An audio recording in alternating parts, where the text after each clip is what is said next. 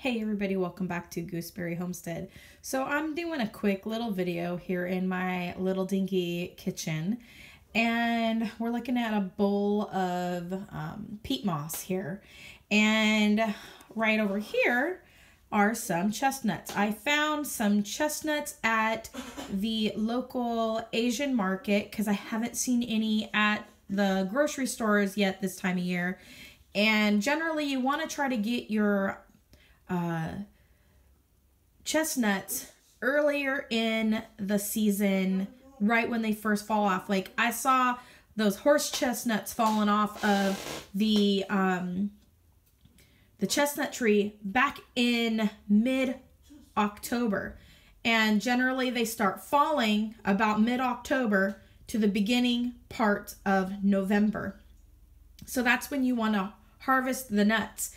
And if you wait too long, they're one of those nuts that you must eat while they're fresh.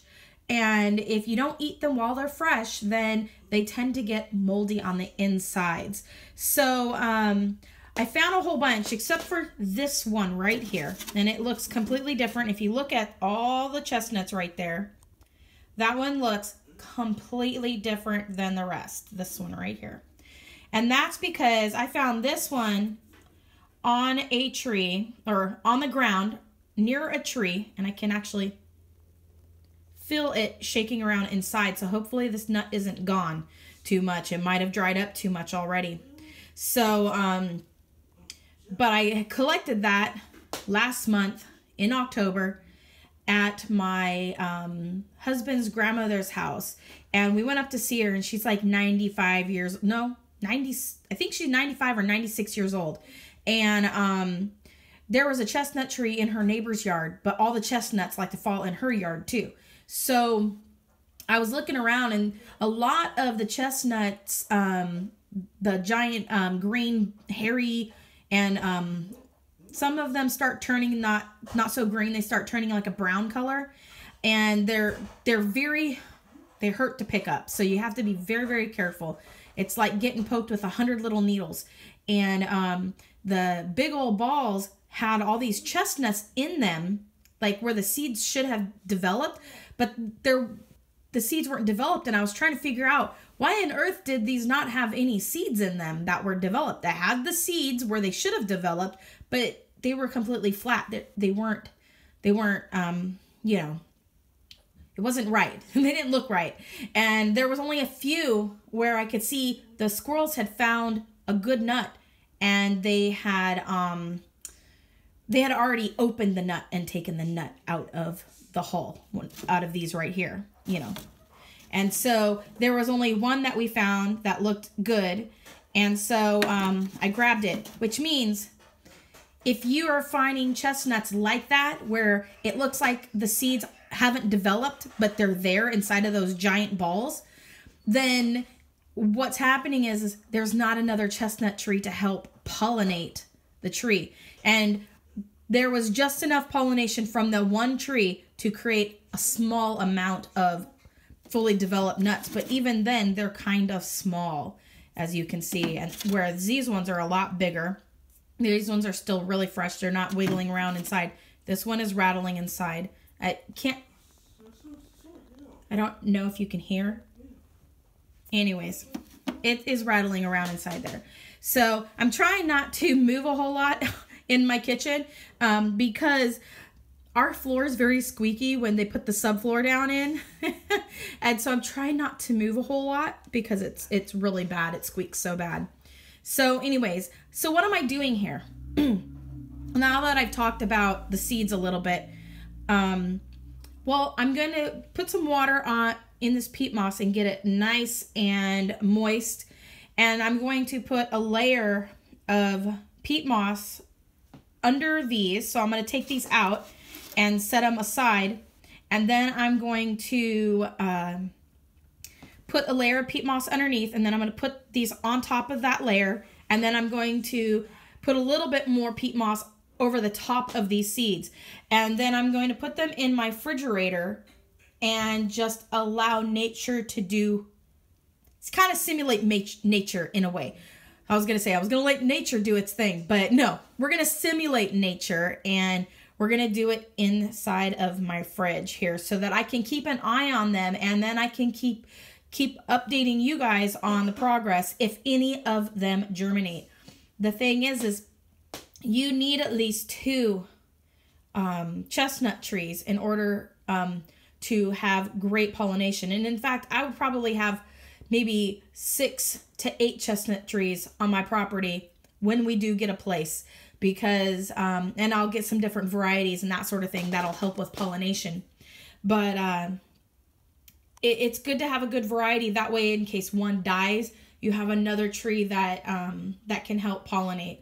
Because if you only have 2 trees, yeah, you're kind of out of luck if you have one that dies, and you'll have a tree that is fruit-bearing age without a pollinator. So it's very, very wise if you have the room to have more than 1 tree.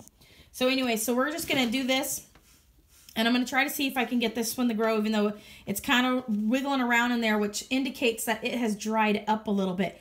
So I'm not sure if that means that it's even viable anymore. So I don't know. I didn't have a great selection from those ones. So I'm going to put that one like up in the right-hand corner.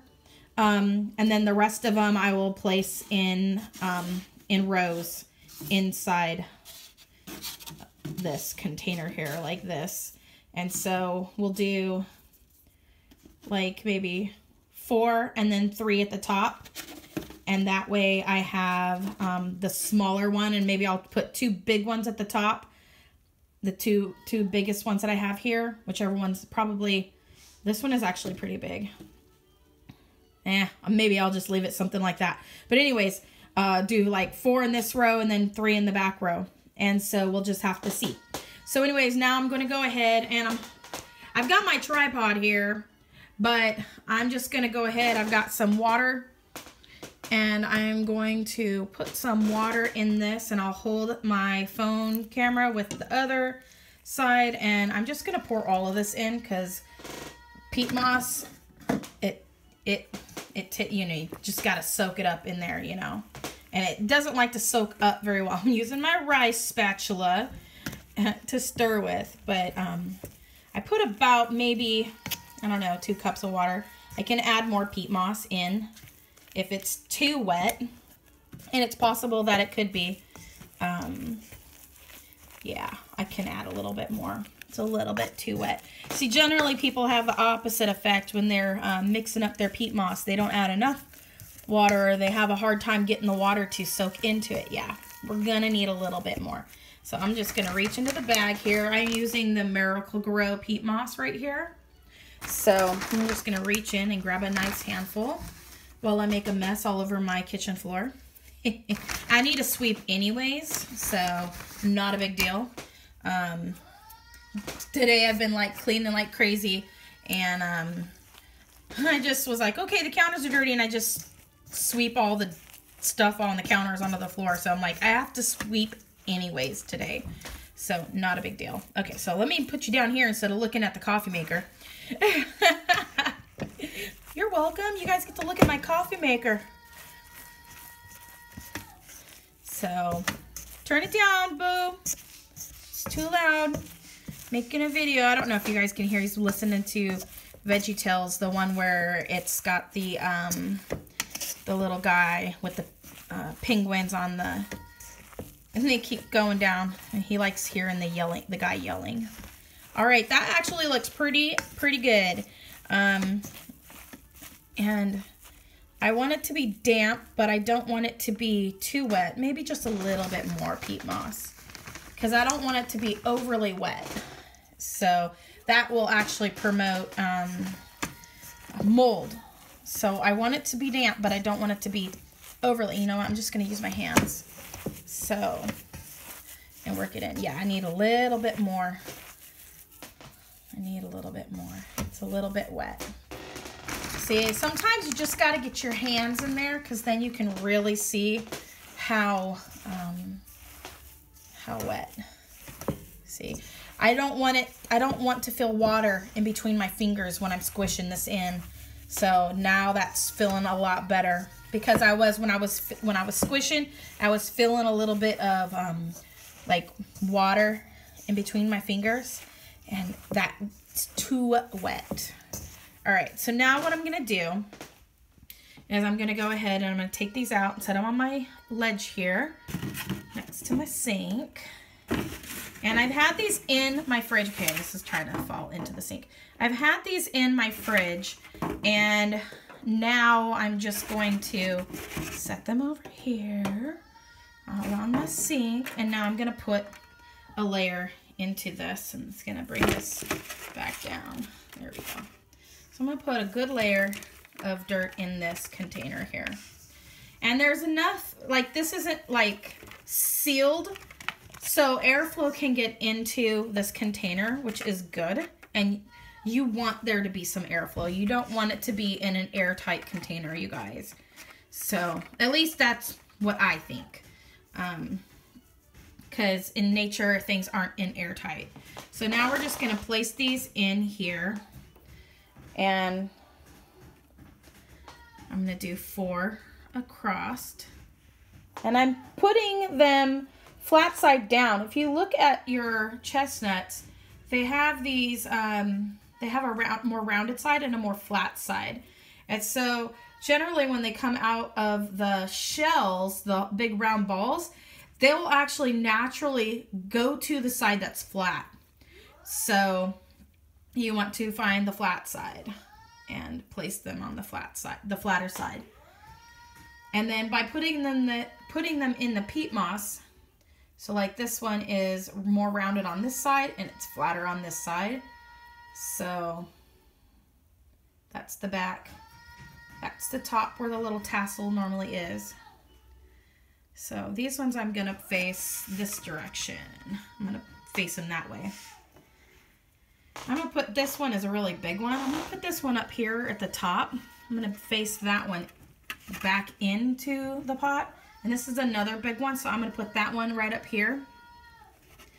And then I'm gonna put that small one, that little one. See, this one is more flat on the bottom, if you can see that.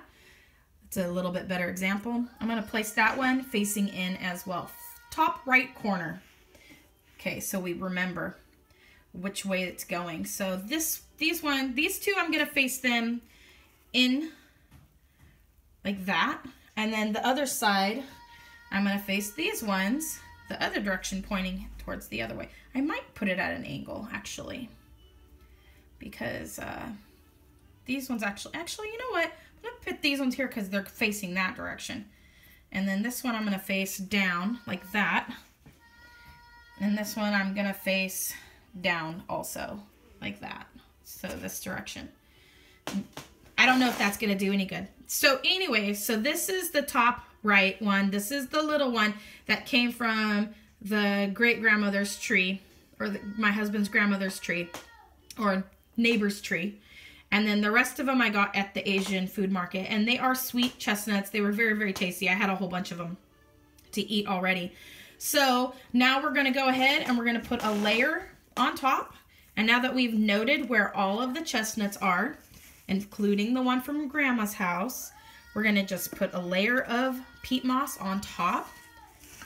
And it's looking really good. And I made up a little bit extra peat moss, so I might just have to take some of this out to the garden. Actually, you know what? I have some little pots that I can bring in from the greenhouse and try to grow some lettuce in. Maybe I'll try to grow some lettuce in the peat moss as an experiment, and grow it in the windowsill, the south-facing windowsill. Okay, so I think that's probably good. I've got a layer of dirt. Hopefully nobody thinks this is something for Thanksgiving, you know? But anyways, yeah. So here we go. We got it covered. I'm going to mark the date today that I put it into the peat moss on the top of the container. And then we'll come and we'll peek at them over time, and we'll just kind of like look and see if there's anything happening with them. And so I know my sister did this, and she had some start sprouting in her fridge. And so when you start seeing sprouting, you need to get them into some dirt. So maybe I'll just keep the little container pots ready to go for the little trees if they start growing. So anyways, you guys, thanks so much for watching this video. Comment, like, and subscribe. And as always, click that bell button and have a wonderful day and God bless. Bye.